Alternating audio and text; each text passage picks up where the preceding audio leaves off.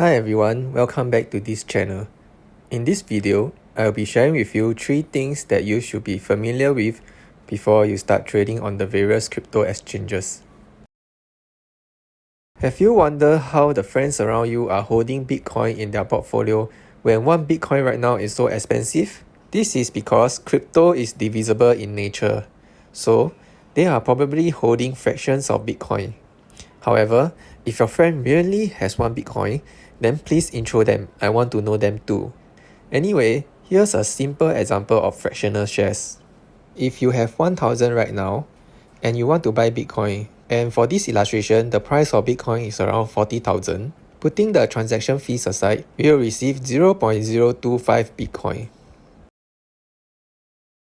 Very often, you'll be using these on the crypto exchanges.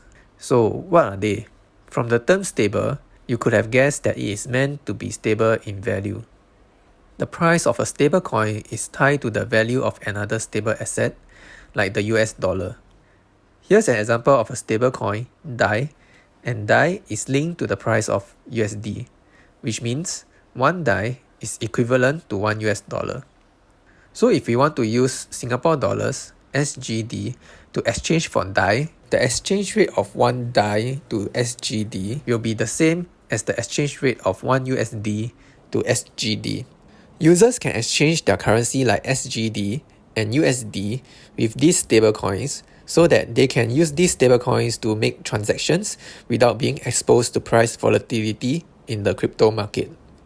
For Binance users, you can find the various stablecoins that are listed on Binance over at this page.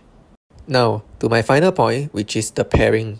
If you look at the market on Binance, there are a few pairings available like BNB pairing, Bitcoin pairing, Ethereum pairing, stablecoins pairing, and fiat money pairing. So over here, this is an Ethereum/Bitcoin pairing, which means that this trade only allows you to trade Ethereum for Bitcoin and Bitcoin for Ethereum. Also, what is the difference between Ethereum/Bitcoin and Bitcoin/Ethereum? The asset on the right is the denominator for the price that you will see on each pairing. The asset in the denominator will also determine whether you are making a buy or sell order. Let's say I'm holding Ethereum. If I want to trade in the first pairing, I will be selling my Ethereum for Bitcoin. Whereas for the second pairing, I will be buying Bitcoin with my Ethereum. Now let's move on to a simple exercise to get you more familiar with what you can do with crypto pairing. Imagine that these are the only trades available. Now, I only have Bitcoin, and I want to use my Bitcoin to buy some Ethereum. But as you can see here, there is no Bitcoin/Ethereum pairing. So, how can I still buy Ethereum with my Bitcoin? To do that, first, I will need to sell my Bitcoin for DAI. Then I will use DAI to buy USDT. And lastly, I will use USDT to buy Ethereum. This will come in handy when you wish to buy a coin or a token that is listed on one exchange but not in the other. Alright, so that's it for today's video. Thank you so much for watching. Like and share if you find this helpful, and I will see you in the next one.